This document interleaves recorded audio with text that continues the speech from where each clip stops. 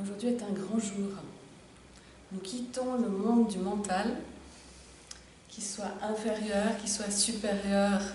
Ça, c'est le passé.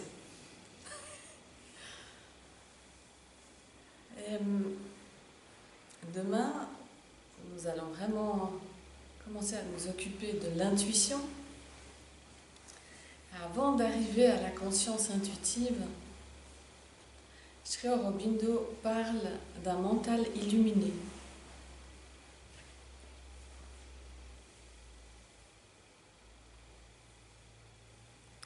Ce mental illuminé ne pense plus, il perçoit. Il voit.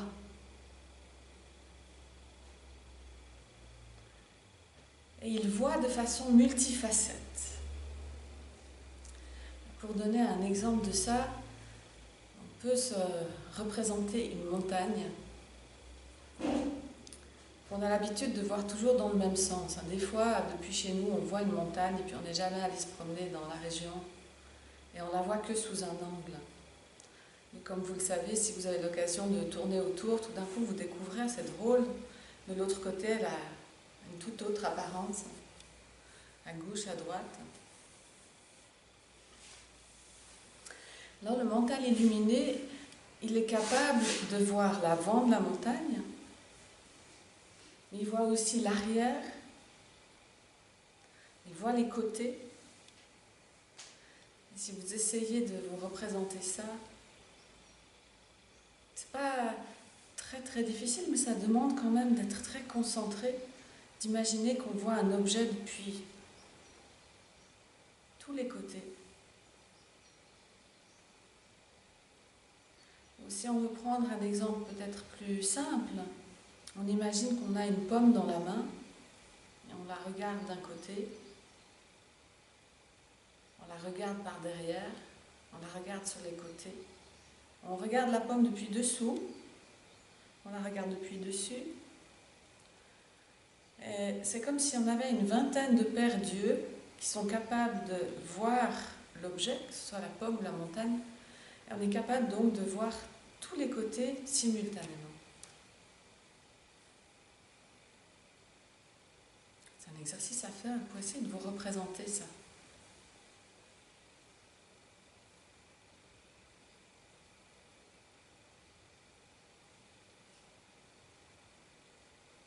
Alors pour voir la montagne ou pour voir la pomme, vous n'avez pas besoin de penser.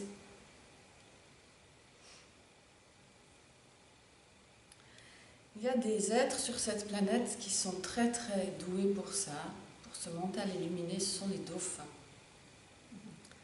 Quand vous entrez dans l'eau, bien sûr, le dauphin peut vous voir avec ses yeux physiques, mais il est aussi équipé d'un système où il émet des ondes. Et donc ces ondes traversent l'eau et viennent jusqu'à vous. Donc ce sont ces fréquences, ces sons, vous avez certainement déjà entendu ces sons qui peuvent monter très haut. Et le son vient vers vous et, comme une sorte d'effet boomerang, revient vers le dauphin. Et le son qui revient vers le dauphin est modifié en fonction de ce qu'il a trouvé. Donc si le son rencontre des tissus mous, il va avoir cette réponse des tissus mous. Le son peut revenir en donnant l'information qu'il y a des tissus durs, l'ossature. Le dauphin va percevoir aussi dans le corps de la personne qui est en face quels sont les tissus rigides, quels sont les tissus élastiques. Donc du coup, au lieu de seulement vous voir avec ses yeux, il a une perception de vous en 3D. Le dauphin vous perçoit donc aussi de l'intérieur. Il perçoit la structure de votre corps de l'intérieur. Et certainement encore bien davantage. Et ça, c'est cette qualité du mental illuminé, de pouvoir voir aussi dedans. Donc c'est comme si on pouvait voir même l'intérieur de la pomme. La pomme devient transparente et on voit les graines dedans. Ou la montagne devient comme transparente et on voit qu'il y a des sources et peut-être il y a des gisements de quartz ou d'améthyste, ou que sais-je, on voit l'intérieur.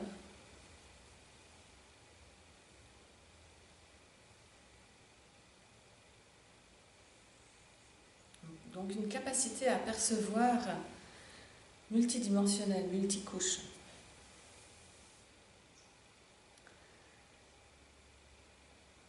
Le chemin que nous poursuivons, ce chemin de conscience, c'est une voie qui cherche à capter de plus en plus finement ce qu'est la réalité. C'est-à-dire qui nous sommes en réalité, mais aussi ce qu'est cet univers. Et bien sûr, quand on le perçoit avec le mental inférieur, tout semble comme en 2D, hein, tout est en aplat. Et puis progressivement, plus vous allez grandir en conscience, plus il y a une sorte de dimension supplémentaire qui apparaît, qui vous donne le volume des choses et qui vous permet de percevoir ce qu'est vraiment cet univers. Alors là, on fait une découverte après l'autre. Ça ne s'arrête pas. Et cet univers nous surprend sans cesse. Elle nous informe sans cesse sur ce qui est à l'arrière-fond et qui nous constitue aussi. Et donc sur ce chemin, on utilise beaucoup la sensorialité. Mais on aimerait que cette sensorialité soit libérée du mental inférieur. Je dirais même de tout mental. Souvent, nous vivons nos sens sous le diktat de la pensée. Donc la vision n'est pas tout à fait libre, le sens de l'ouïe n'est pas tout à fait libre, parce que le mental est sans cesse en train de jauger, d'évaluer, d'étiqueter ce qu'il perçoit. Donc on est rarement dans cette perception pure. Mais la perception pure est simplement merveilleuse. Quand les sens sont débarrassés du mental, ils deviennent vraiment une porte de retour vers la source. De même que la source vient regarder à travers vos sens.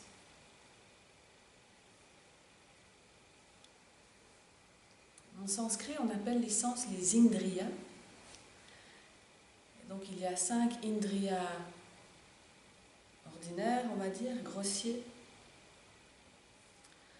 Quand le mental illuminé commence à s'émanciper de la pensée, on va passer des indriyas grossiers aux indriyas subtils, très gentiment. Ça veut dire que la tradition nous renseigne sur le fait qu'en parallèle de nos 5 sens, nous avons 5 sens qui sont éthériques, on pourrait dire.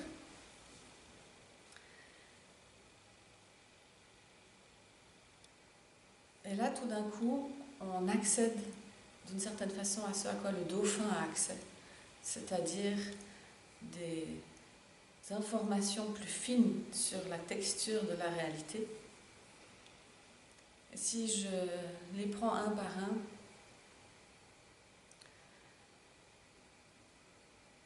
ça va donner des expériences tout à fait étonnantes, mais peut-être certaines d'entre vous ont déjà vécu l'une ou l'autre. Par exemple, le sens de l'odorat. Quand le sens de l'odorat devient subtil, ça signifie qu'il y a des odeurs qui apparaissent qui ne sont pas vraiment liées à ce monde matériel. La dernière fois que ça m'est arrivé de façon très forte, c'était en Inde, à l'ashram où on séjourne avec nos groupes, avec Johan. Et puis dans le temple où on pratique, il y a eu tout d'un coup une odeur vraiment, vraiment exquise. Elle est venue plusieurs fois. À chaque fois, je me suis dit, c'est fou. On est juste là dans cette salle. Il n'y a pas vraiment de raison que tout d'un coup explose une odeur aussi agréable. Et je me suis tout de suite douté que ça devait être une odeur d'ailleurs. Et à la fin du séjour, une des participantes est venue me voir et m'a dit, c'était quoi cette odeur ? Il y avait de temps en temps une odeur folle. Et puis elle a dit, j'ai tout scruté. J'ai été mettre mon nez sur tous les buissons, sur toutes les fleurs. J'ai cherché partout d'où ça venait. Et puis pour moi, c'était une sorte de confirmation. Et je lui dis, bah, effectivement, ce sont des sortes de présences du monde subtil qui se manifestent à nous à travers leur odeur. Alors ils sentent très très bon. C'est vraiment... Étant donné que l'odeur disparaît comme elle est arrivée, puis réapparaît de nouveau, c'est très étonnant. C'est quelque chose qui est connu dans le monde indien. Dans les endroits de grande sainteté, par exemple, il y a des odeurs. Ou en lien avec des êtres très évolués. Ensuite, si je remonte d'un cran, il y a le sens du goût. Et le sens du goût, c'est tout d'un coup ou un goût dans la bouche, ou carrément une substance dans la bouche qui se déclenche. Et il y a souvent un goût de miel.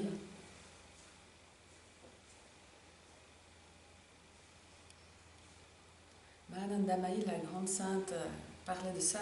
Il y avait des phases où elle ne mangeait plus et où elle disait que son corps sécrétait cette substance au goût de miel et que c'était tellement abondant qu'elle était obligée de l'avaler. Mais ça arrive à d'autres gens, peut-être moins avancés que Mahananda Mahi, de percevoir tout d'un coup des goûts dans la bouche.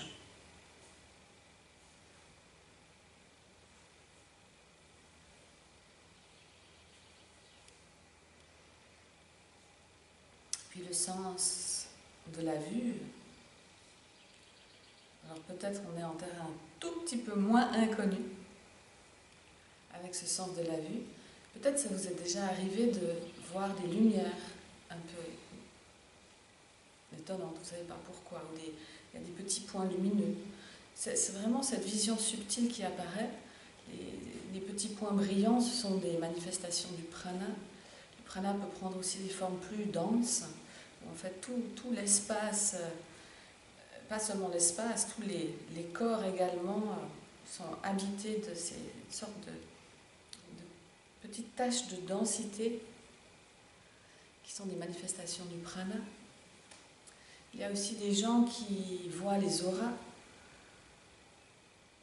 On entend peut-être un peu plus parler de ces choses-là que du sens de l'odorat ou du sens du goût subtil. Et il peut arriver qu'on ait l'impression de voir une forme qui passe. Il y a des gens qui ont vraiment ce don de voir les esprits. Ça peut être les esprits de la nature, ça peut être des âmes qui sont là, différentes entités. Donc il y a toutes sortes de gradations dans ce que l'œil peut tout d'un coup se mettre à voir.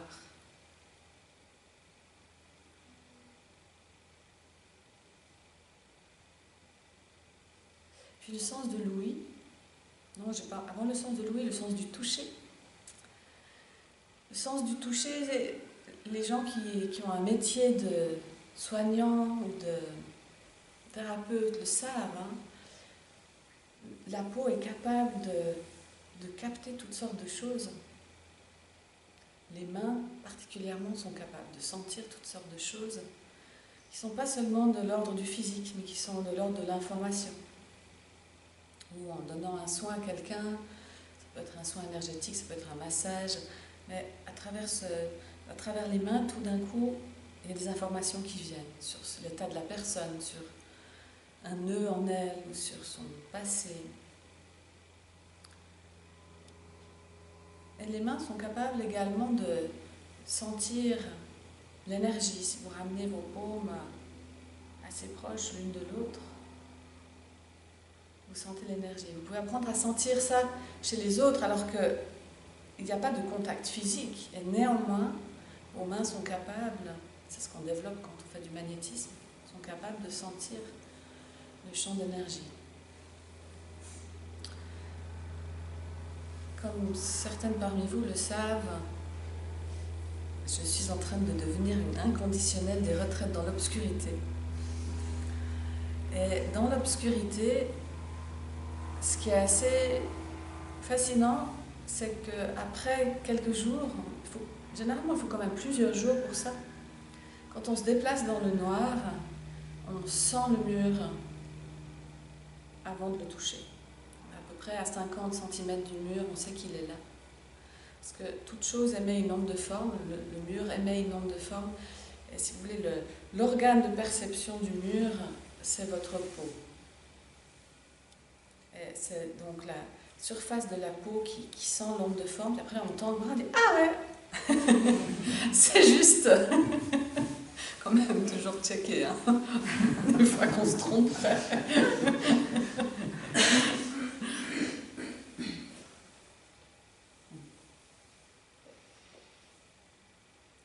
L'indriya subtil de l'ouïe.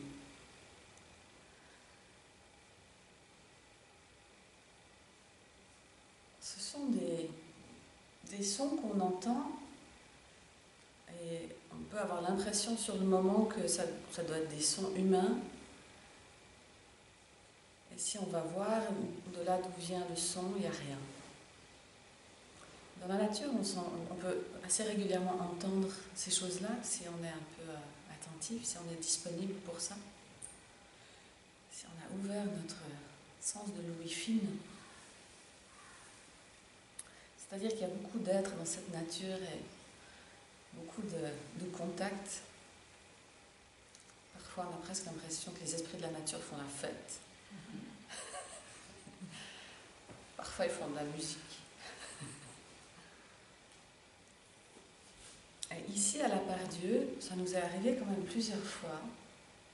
Et chaque fois, ça nous bouleverse, Johan et moi. On a entendu des chœurs. Et il y a d'autres personnes qui étaient présentes qui les ont entendus.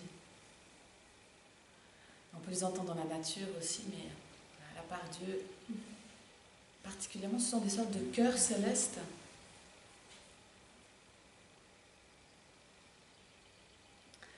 Et ils aiment bien chanter en même temps que nous, ou juste après nous. Juste pour... Parce que je ne sais pas, on doit se synchroniser à eux, on entre dans leur monde quelque part, en chantant. Et alors ils nous répondent pour nous faire signe qu'ils ont entendu, qu'ils sont là, signe de bienveillance.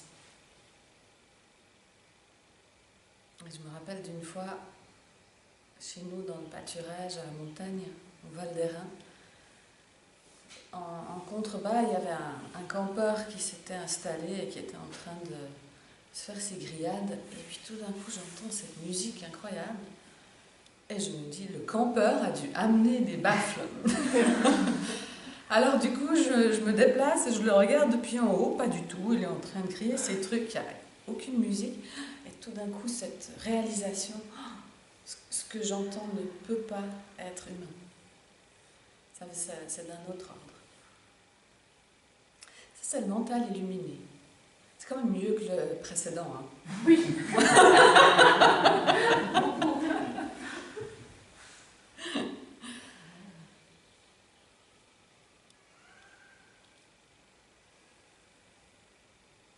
Donc dans ce mental-là, il n'y a plus de pensée, il n'y a pas de raisonnement. C'est quelque chose qui est instantané, mais il y a encore une forme de séparation. Il y a moi, la musique, où il y a moi et la perception de voir les points lumineux dans la pièce. Et vous allez voir ces 2 prochains jours que ce sens de la séparation va s'amenuiser encore plus pour nous amener dans des niveaux de compréhension, de perception encore plus fins. Le mental illuminé, c'est déjà pas mal.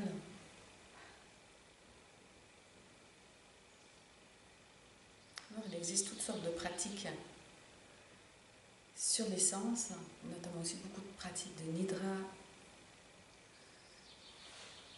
Et de façon générale, tout le travail que nous faisons au niveau énergétique, au niveau respiratoire, au niveau de la conscience,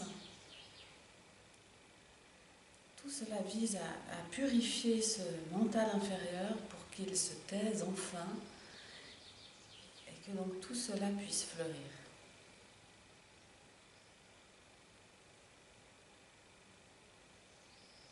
L'univers apparaît encore plus beau, plus doux, plus complet.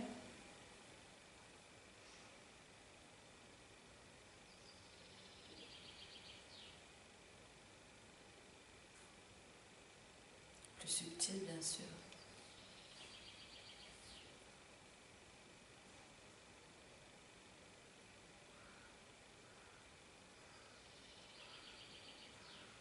Dans la pratique aujourd'hui, je vais vous proposer de beaucoup insister sur les suspensions poumon plein et poumon vide, parce que ce sont des endroits de claire vision. L'inspire et l'expire sont reliés au monde de la dualité. C'est ce qui rythme notre quotidien et c'est là qu'on réside le plus souvent. Et quand le souffle se suspend, on fait irruption dans un espace différent. C'est un peu comme si l'inspire et l'expire maintiennent une forme de léger voile sur la réalité. Et dès que le souffle s'arrête, ce voile tombe. On vous a enlevé la buée.